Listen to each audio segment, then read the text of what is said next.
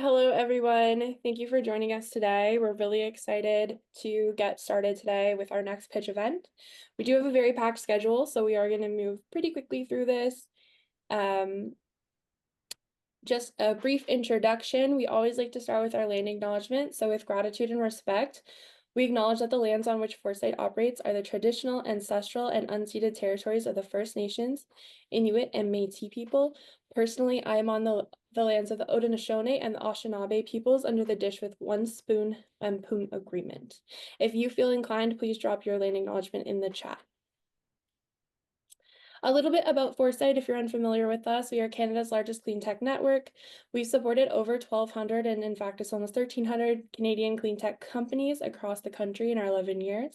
We have a network of over 250 clean tech EIRs and mentors, a network of 400 private capital partners. We've supported over 25,000 climate connections, and we have 1,500 national and global partners. Our purpose here at Foresight is to help the world do more with less sustainably. And our mission is to connect industry with the world's best clean technologies. So let's just briefly go over the agenda. We have our welcome remarks and overview, which we're going through now, and we're going to hear from our title sponsor in just a minute. We have our first pitch block. So in each of our pitch blocks, the innovators will have a 2-minute pitch, followed by 15 minutes of breakout rooms. So we'll have 4 pitches, 2 minutes each, and then we'll open up our breakout rooms for 15 minutes. Audience members are encouraged to select whichever venture they are most inclined to chat with, learn more about in the longer pitch session in the breakout rooms. And if you do feel inclined, you are welcome to switch between breakout rooms to talk to multiple innovators as well. Following that, we will return back to our main room for our second round of pitches. We'll hear from our Build Next and our Power Next companies. Again, same format. We will open up 15 minutes of breakout rooms following that, where you can connect with them a little bit more one-on-one, ask more questions, learn more, dig deeper. We'll come back to the main session. We'll have our third round of pitches, which is our Water Next and our Carbon Next pitchers. We'll have our breakout rooms for another 15 minutes, come back to the main room. And then we'll have our brief closing remarks and our end. We do have our agenda ending a little bit early. We know we will lose a little bit of time switching between rooms, so that's just to allow for that. And with that, I want to pass it over to our title sponsor, Fasken. We have Joanie Lapalme, who is the partner for intellectual property, agribusiness, food and beverage, and life sciences group at Fasken. Joanie? So Shannon, there's a lot of people on the call today. I don't know if Joanie is with us yet, but I'm happy to speak on behalf of Fasken if she hasn't jumped on yet. Yes, Apologies. please. Yeah, no problem. Really happy to be with everyone. I'm Dina Lafortune. I'm part of the Fasken team located here in Montreal, so I work very closely with Joanie. Who's one of our partners here, supporting the agribusiness, food and beverage group, amongst others. She's very heavily involved in the IP practice, specifically in our life sciences group. And for those who know, Fasken has been a long-standing partner of Foresight.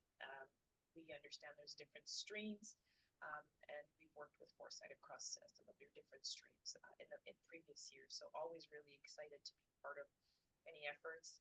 As you know, we're very ingrained in startup community in Canada across all provinces. We really have an unmatched record of our integration with startups and in the ecotech system. Many of you may already know some of our team members. So really, really excited to be here. I know Joanie wanted to say a few words today, and hopefully she'll join us midway. We have a big case this week, so I know she was kind of jumping from one thing to the next, so apologies on that, but she should be joining us along the program today, and most likely we'll have some closing remarks. But we've had a chance to look at the list of everyone pitching today. Just really excited and honored to be part of this again. So yeah, I think Shannon, I'll turn it over to you. Thank you so much, Lena. I know Joanie just joined, so if she wants to add any brief remarks as well, we can do that quickly.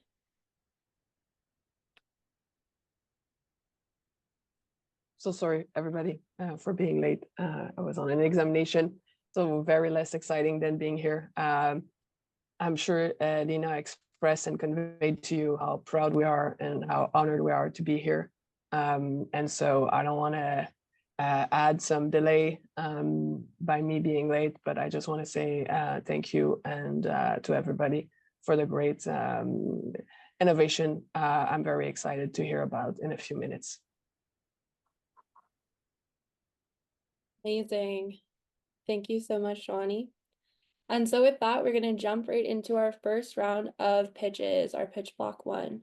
We have our AgriNext and our BioNext companies within this. And I'm first going to pass it over to Stephanie from Myco Futures.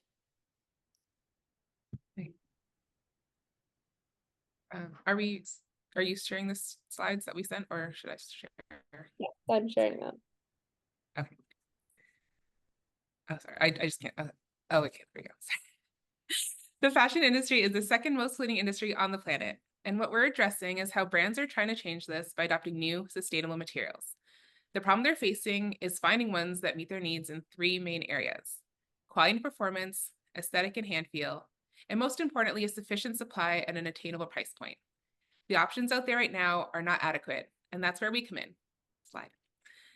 I'm Stephanie, the CEO and co-founder of Myco Futures, and with responsible production consumption as our North Star, we grow the roots of mushrooms and tan them without toxic chemicals or plastics, transforming them into a leather alternative that takes only weeks to grow.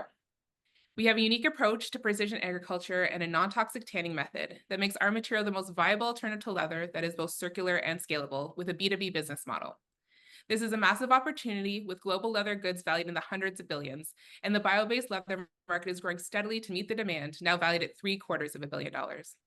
My co-founder and I bring a unique set of skills to our business, particularly in entrepreneurship and mushroom cultivation expertise.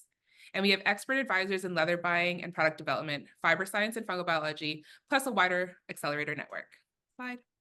And we've developed our proprietary biofabrication technology, have a material MVP and product prototypes. We secured our first 8 LOIs and are having conversations with industry-leading brands like Kering, Steve Madden, and Chanel. And we recently moved to our first lab space at the brand new U of T spin-up lab. Today, we're raising our pre-seed round to expand from lab scale to room scale so we can ramp up production to 100 square meters per month, send our customer samples, and perform lab-based testing while securing partnerships and purchase orders. At the end of our 18-month runway, we'll be at the point of commercialization. So join our gritty and resilient team so we can create a future where looking good doesn't come at a cost to the planet. Thank you so much, Stephanie. That was great. With that, I'm going to then pass it over to Sujivan with Dunya Habitats. Hello, everyone. My name is Sujun Shanmuganathan. I'm the CEO and co-founder of Dunya Habitats. Wow, so sorry, guys, I was muted. Hello, everyone. My name is Sujivan Shanmuganathan. I'm the co-founder of Dunya Habitats. We're here to tackle a pressing issue of global food security with over 800 million people facing starvation. And that number expected to reach 2.3 billion in 2027. We need solutions for that, and that's exactly what we've created. Next slide, please. Dunya's tiny farms are a revolutionary hydroponic system inspired by nature itself. Our design is modular, climate controlled, and easy to assemble. Each unit takes up 100 square feet to 160 square feet and can integrate into urban and rural settings. Managed by IoT technology, the tiny farm ensures optimal growing conditions, making it possible to cultivate fresh produce all year round. Next slide. We've already made significant strides. Our current tiny farms are already deployed with key 4 clients, including community centers and indigenous reserves, with 7 units operating across 4 sites. We're currently advancing with 2 letters of intent, one from South Asian Autism Awareness Center for 10 units for 2024 and 2025, and another from Trinity Farms, who aims to build a 30,000 square foot hydroponic facility, and phase 1 of that project is currently in progress. Next slide, please. Our future is geared towards strategic growth with our current and upcoming projects, including the 30,000 square foot hydroponic facility. We anticipate robust revenue growth in 2025 and beyond. Our vision includes scaling our clients' facilities to 30,000 and expanding into new markets such as East Africa and US. Looking further into 2026, our goal is to sell 100 plus tiny farms and deepen our presence in the US, African markets as well. The expansion strategy is set to drive a substantial increase in unit sales and global partnerships, amplifying our impact on sustainable food production. Next slide. In summary, Dunya Habitat's not just offering a product, we're offering a scalable, sustainable solution to one of the world's most critical challenges. And our current ask is a seed round of 3 million for our next phase in development and expansion. Thank you. Thank you so much, Sujivan. With that, I'm going to pass it over to Amir from Tree Track. Hello, everybody. My name is Amir. I'm the CEO and co-founder of Tree Track. Here in Tree Track, we offer reforestation services for post-wildfire recovery plan. So what we have as IP, we have seed pods and dispersal mechanism. And the problem that we are solving is a rapid reforestation with cost-effective solution for customers such as governments, NGOs, and First Nation. Next slide, please. So what we have so far, we are 12 times faster service and up to 35% more cost-effective compared to human planters. And so far we generated 200K and reforested 110 hectares. And we partner with Ministry of Forests of British Columbia, and non-diluted funding we have 520K. And the team we have myself leading the agrology department, and my partner Sam, who's leading the mechanical engineering department. And the ask for today is raising a bridge round, which gives us a 10 months runway for the next Series A that we're going to open next year, and hiring a BD professional and a fractional CFO. Thank you so much. Sean Johnston. But I don't know why we have the oldest slides, but that's fine. So maybe in breakout room, I have the newest slides. So happy to have a conversation with you in the breakout room. Thanks, Amir. Thanks. So with that, we're going to pass it over to Justin from Earth Force. Hey everybody, my name is Justin Daw. I'm the founder and CEO of Earth Force. We are working on preventing mega fires by scaling vegetation management. Basically, our tools kit is useful anytime the job is to cut some things, but not everything, and to do it in a way that everybody can believe in. The reason that this is extremely urgent work is that if you think about the global wood products industry, it's about a $500 billion a year industry, whereas North American wildfire damage today is about twice that. So the whole logic of why people go into the woods, when, where, what work to do, and how they get the work done is changing. Next slide, please. So what we do is we make a system that was the pyramid on top of that machine there. And basically it's a second set of eyes and a brain for the machine. So what it shows is the diameter and characterization of every tree that's in front of the operator. It gives the operator location-based alerts, and then it compares what it's seeing around the machine to what the target goals are, so that the right trees get cut in the right way, the right time and order and everything. And then it's visible to anybody who's sponsoring the project, so they can see that the work was done as intended. Next slide, please. Frankly, we're racing to scale. We're 2.5 years old as a company. We booked $600,000 last year. We're going to book about $3 million this year. Our customer typically is the U.S. Forest Service or one of their key partners. We recently hired our first employee in Canada, and we're looking to expand into Canada as well. The market opportunity here is quite large, as everybody I think understands from the severity and publicity around the wildfires, but it's at least $1 billion a year revenue opportunity for us just in North America. Next slide, please. In terms of financing, we raised a $7 million seed earlier this year. We've added those $3 million of contracts since then, and we're open to adding $1 to $5 million to this round. We're currently funded with our existing team through almost the end of 2026. So this additional capital would help us to expand into Canada and basically grow more aggressively. Thank you. Great, thank you, Justin. And with that, that's our first round of pitches. So we will be opening the breakout rooms. Please choose whichever room you feel most inclined to learn more about. And if you would like to jump between rooms, you're welcome to do that as well. Welcome back, everyone, to the main session. Just going to give people 10 to 15 seconds to filter back in. I heard some great conversations in my breakout room, so I'm sure that there's lots of great conversations being had. Okay, I think everyone's coming back into the main room now. So great first round of pitches. We're on to our round number 2. We have our Build Next and our Power Next companies. First off, we have Harv from Build Smarter. You ready to go, Harv? Yep, ready when you are. Awesome. Hi everyone, my name is Harv, the CEO and founder of Build Smarter Robotics, where we're enabling the mass production of homes using steel. Next. As many of you are aware, there's some fundamental problems in construction. The costs are increasing, there's excessive waste. 1/3 of all landfill waste comes from construction. It's time consuming, the materials are vulnerable, and there's a big labor shortage. Next. So how do we solve this problem? Well, our process results in the lowest cost per linear foot to make the structure of a building. We make a 3D digital twin, we procure raw recycled steel, then we use machines to prefab and print the entire house. All these pieces are labeled, numbered, sent to your job site, and installed like big Lego blocks. Next. So our IP is a software that makes the entire production line work. It is a software that interfaces with the CAD modeling, the CNC machines, and the robotics. The full production line is capable of producing 12 homes per day. Next. We have significant traction. We are close to finishing our 8-story building, which is the tallest prefab steel building in Canada. We have over $27 million in projects. We've won multiple awards, whether it's the Cleantech Open, McKinsey, or Foresight. Next. Fundamentally, customers come to us because we're cheaper and we're faster. We're also reducing the amount of waste. We're fully recyclable and non-combustible. Next. Our business model is profitable and scalable and has been cash flow positive since last year. We fundamentally sell our prefab panels and engineering services to home builders.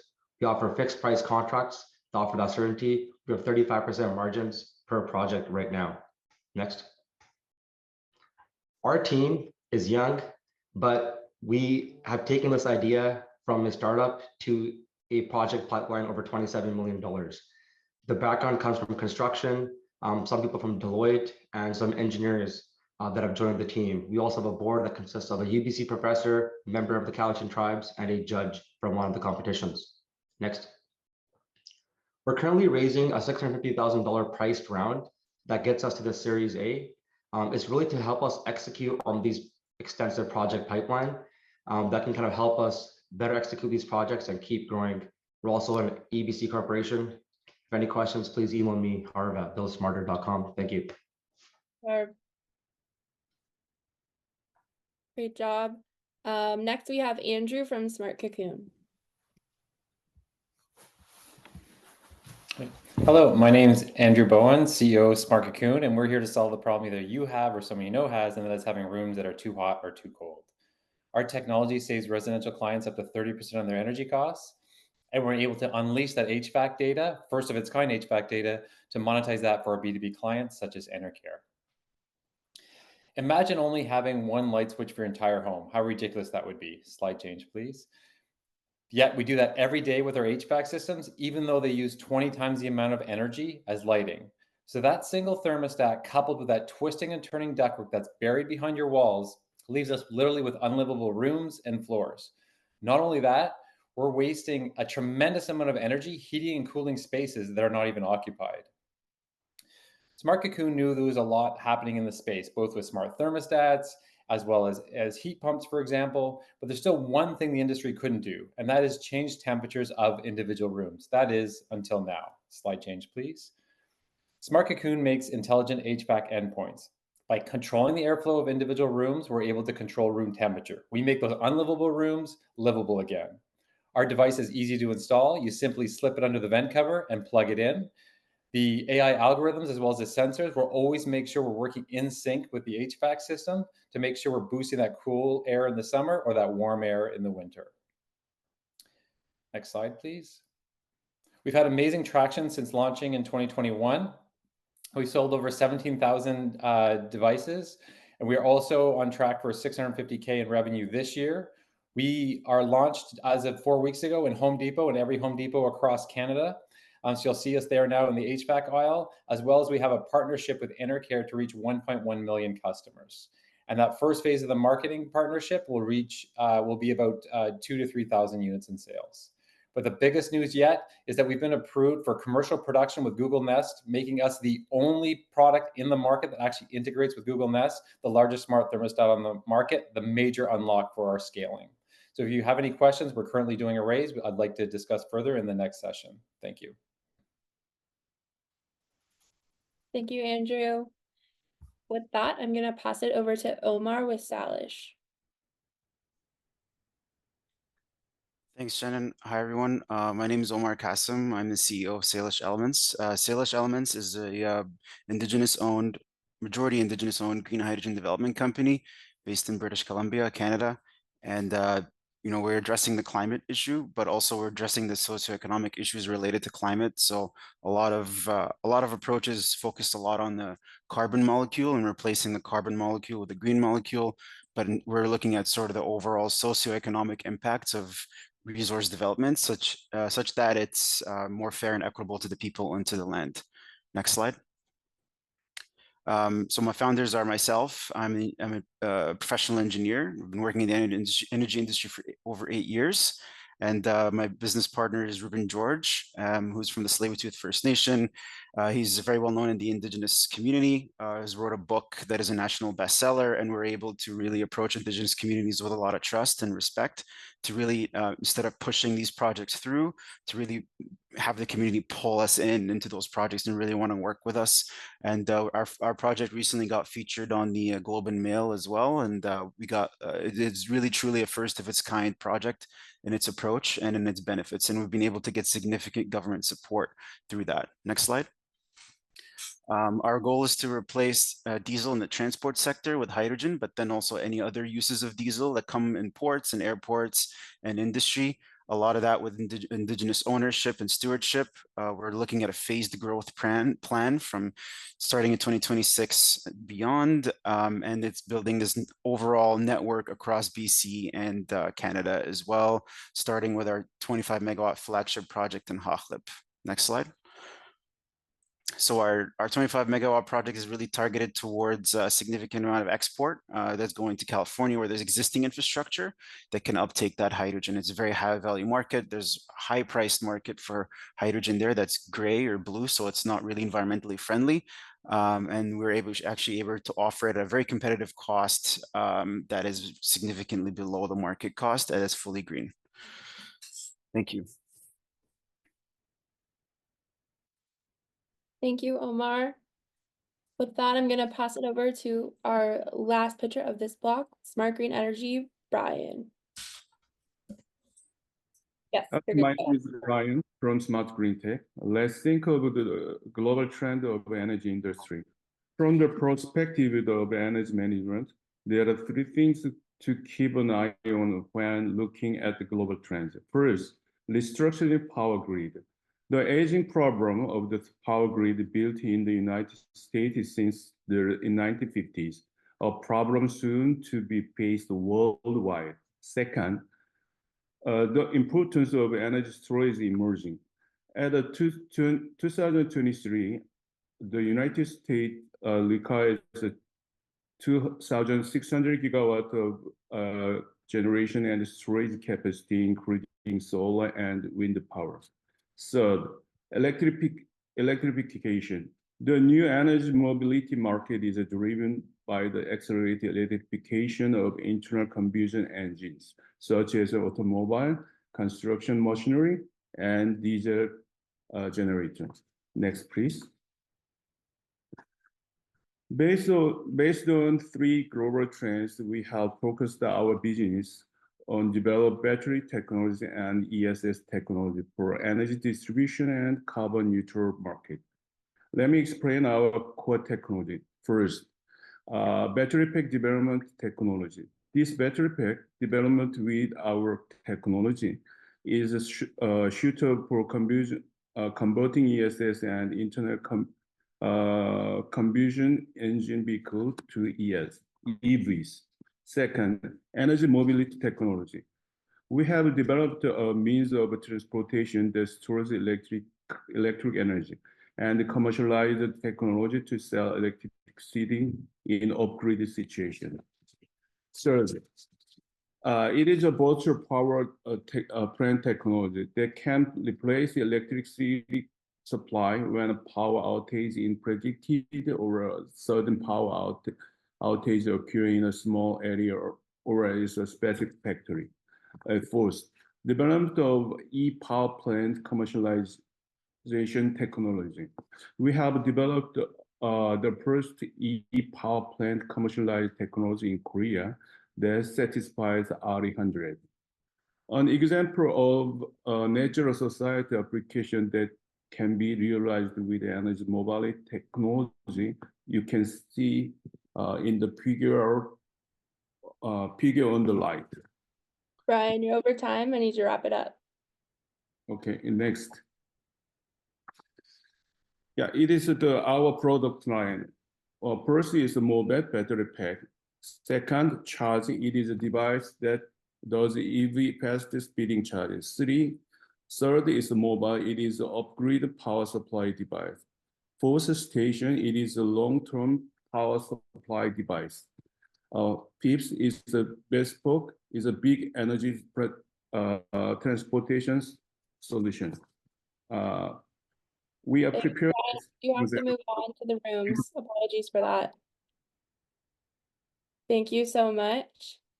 There is Brian's contact, and if you want to learn more, please join his room. Briar, if you can open up the rooms now. Okay, welcome back to the main session, everyone. We're about to jump into our third round of pitch blocks, our third round of pitches. Just waiting for a couple people to rejoin.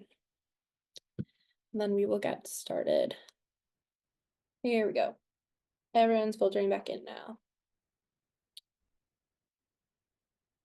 Okay, welcome back, everyone. We're jumping into our third round of our pitches here. So up first, we have Len from Nanogas Environmental.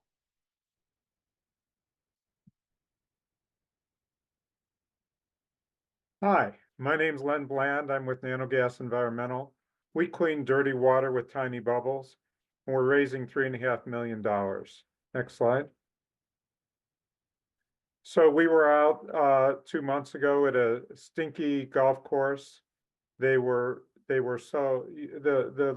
pond was so bad there that the residents, animals were getting sick, and it was full of algae. And on a scale of 0 to 10, when the residents were asked how bad is it, they said 14. So they were suing the golf course. Next slide.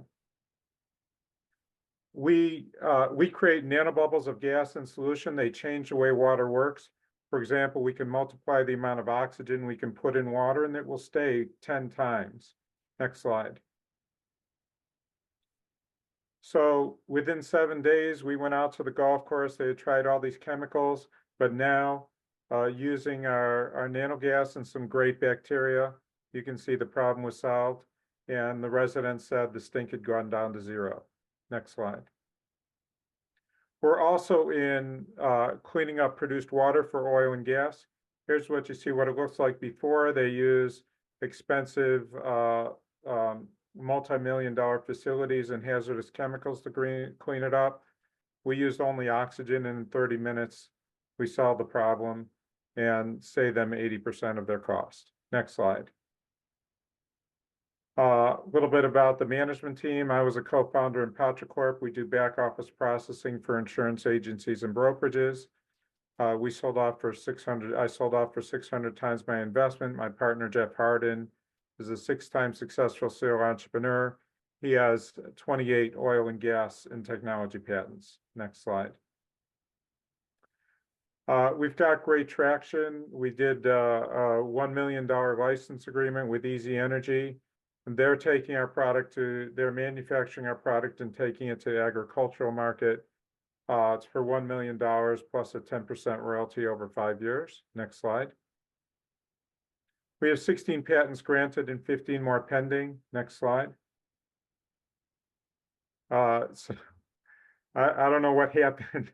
You know, so my name is Len Bland. We're, like I said, we're raising $1 million, $3.5 million for equipment, to support our IP, for operations, and to expand our sales force. Thank you, Len. And I'm gonna pass it over to Patrick with Sentry. Thank you. Okay, thanks, folks. Dr. Pat Kiley, CEO of Sentry. Our goal as a company is to be the smart data company for the wastewater industry. And we've validated specific sensors and a unique moat and technology around our sensor platform that allowed us to go where no other sensors go in the wastewater industry. Okay. So why do we exist? What's the opportunity? 1 to 3% of GHGs are directly related to wastewater treatment. At the municipal level, 25 to 20% of every municipality's electrical budget goes to the wastewater treatment plant, which is insane. And then another massive opportunity relates to anaerobic digestion and renewable biogas. These assets exist and they're only being loaded at about 25% capacity because people don't have good data from wastewater. People don't know the quality of wastewater that's entering their wastewater treatment plant, or they don't know the amount of loading, organic loading that they're putting into their anaerobic digester. And we solve these problems. As a company, we have two strategies. We go direct to customer. We have a very strong moat around what we do. When it comes to measuring wastewater quality going into wastewater treatment plants, we can provide that as a service. About 75% of our revenue when we go direct to customer is SaaS, 25% CapEx or product sale, hardware sale. And then we also understand that our industry is an established industry, and that those companies really do have ownership over certain parts of the wastewater treatment process. And for this, we partner for success. So when we go into the wastewater treatment process, we partner with the leading global companies that are already providing wastewater treatment solutions. And in this regard, we sell hardware, we white label our products, and we have partnerships in place with companies like Ovivo, Teledyne ISCO, Kurita in Japan, and for anaerobic digestion, Vanguard Renewables. It's 2024. We're 3 years into our commercial journey. We're going to just get over $2 million in revenue this year. We have a very strong IP position, patents filed, 2 issued to date. And in terms of that market segment, about 40% of what we do is municipal wastewater treatment, and 20% of what we do to date is industrial or anaerobic digestion, and we're really looking to see that growth. 10-second warning, Patrick. Love it. We have a great team. I'm not sure why you'd take my image out. That's interesting. But an established team. We've built this over 5 years, so really excited to kick on. And last slide. One more. Nope. There we go. Use of funds. So we're looking to raise $500,000, and that's going towards our growth into the anaerobic digestion industry, so renewable biogas. Thank you. Thank you, Patrick. Sorry for eliminating your face. We did not mean to do that. With that, I'm going to pass it over to Sherry Phil from O2 Carbon. All right. You can hear me right? Yes, you're good. Okay. Hello, everyone. When we travel either by car or by air, what is the common thing present in their fuel? The answer is ethanol. My name is Shariful Kibriya Nabil, the CEO and co-founder of O2 Carbon, and we are changing the way ethanol is being produced today, which is a $60 billion industry. So what do? We solve the waste carbon dioxide problem for industries, which is a greenhouse gas. Using our patented technology, we generate ethanol from carbon dioxide without any additional carbon capture units, which in turn saves 40% in production cost and 60% in greenhouse gas emissions. But today, I want to talk about the opportunity, not the technology. Ethanol, we believe, is the new global energy carrier. And from this slide, you can see by 2030, the market will grow into a $90 billion industry, where clean fuel standard and sustainable aviation fuel will predominate. However, guys, let's also remember that Canada itself is a net importer of ethanol, and we thereby aim to help the local producers meet this local demand. by boosting their production capacity up to 50%. Hence, our first target customers are local ethanol producers in Canada, followed by USA. Next slide, please. In line with that, we have received significant traction, including 3 strategic partners and 5 letters of support, including one from Nova Chemicals, who are ready to host our pilot. Currently, we are looking for a lead investor and advisors who can help us reach the technology readiness level 6 by 2027. I invite you to join me at the breakout room to learn more. Thank you. Thank you so much, Shariful. And with that, our final pitcher of the day is John from SynBioBlocks. There we go. There we go. Hello, I'm John McDougall. I'm the CEO of SynBioBlocks. I'm very pleased to be with you today. Slide, please. We're a leader in transforming waste to wealth. We focused on a massive problem, which is GHGs, 50 billion tons of CO2 equivalent each year, which needs transformative solutions. At SBB, we decided the best approach was biology, but for that to happen, nature needed help. Next, please. So with synthetic biology that we've enhanced with artificial intelligence and IT, we're able to accelerate evolution and at the same time accelerate the carbon cycle. We create biological organisms to basically do what we want them to do and do it better, faster, and cheaper, and with minimal risk in development. We make molecules like pinene, which has applications in the $400 million niche markets like cosmetics and flavoring, but has potential also for commodity markets like sustainable aviation fuel of up to 400 billion. Slide, please. Our digital approach has cut tens of millions of dollars and a decade more out of the design process. It allows us to engineer solutions rather than discover them through high cost, risky trial and error lab approaches. We've proved our proprietary process over the past year and a half, currently are moving into our first design or scale up, and are in active discussions with end users across the value chain from cosmetics to aviation. We're now seeking $2 million to do that, and would love to talk to you about how you can participate in creating wealth from waste. Thank you. Great job, John. Exactly 2 minutes. And with that, we're going to open our third and final round of breakout rooms. So please join the room that you're most aligned with and want to learn more from the innovators. Okay, great. And just with that, we're going to close out today's session. We would love to thank our partners. So of course we have Baskin, who's our title sponsor. We heard from Lena and Jo Ani at the intro. We also have Farm Credit Canada, who sponsor AgriNext. We have Investments in Forestry Industry Transformation, our iFit program, and Genome British Columbia, who both sponsor BioNext. We have Prairies Canada, who is the founding sponsor of CarbonNext, and we have Xylem, who is the sponsor for WaterNext. Thank you all so much for joining. And if you would like to get in touch with any of the companies today, please let myself or Patrick know. We will send out our information in the follow-up email, but we would love to put you in touch with our companies. Thanks so much for joining today.